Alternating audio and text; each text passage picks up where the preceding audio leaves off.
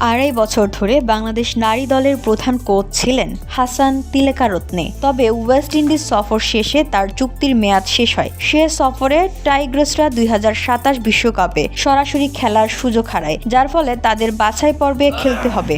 বিসিবির অসন্তোষ বুঝতে পেরে তিলেকারত্নে নিজ থেকেই সরে দাঁড়ান। ধুলো, ময়লা ও ক্ষতিকর ধূলিকণা থেকে নিমিষেই মুক্তি দেয় চৌধুরী এয়ার পিউরিফায়ার। এর শক্তিশালী সাকশন ঘরের কোনায় কোনায় লুকিয়ে থাকা সকল ধুলা টেনে ফিল্টার করে এবং বের করে আনে নির্মল ও স্বাস্থ্যকর হাওয়া।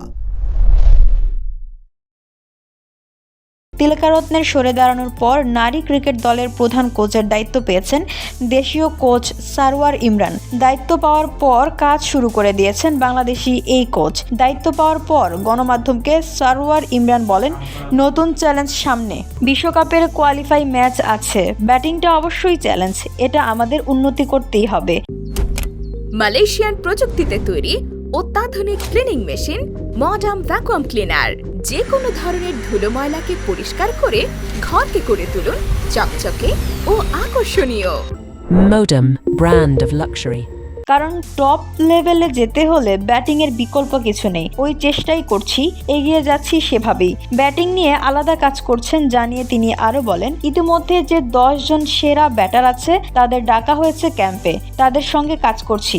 2 দিন কাজ হয়েছে অলরেডি। কিভাবে তারা খেলবে না খেলবে সেগুলো নিয়ে আলোচনা করা হচ্ছে। VOD Bangla news desk.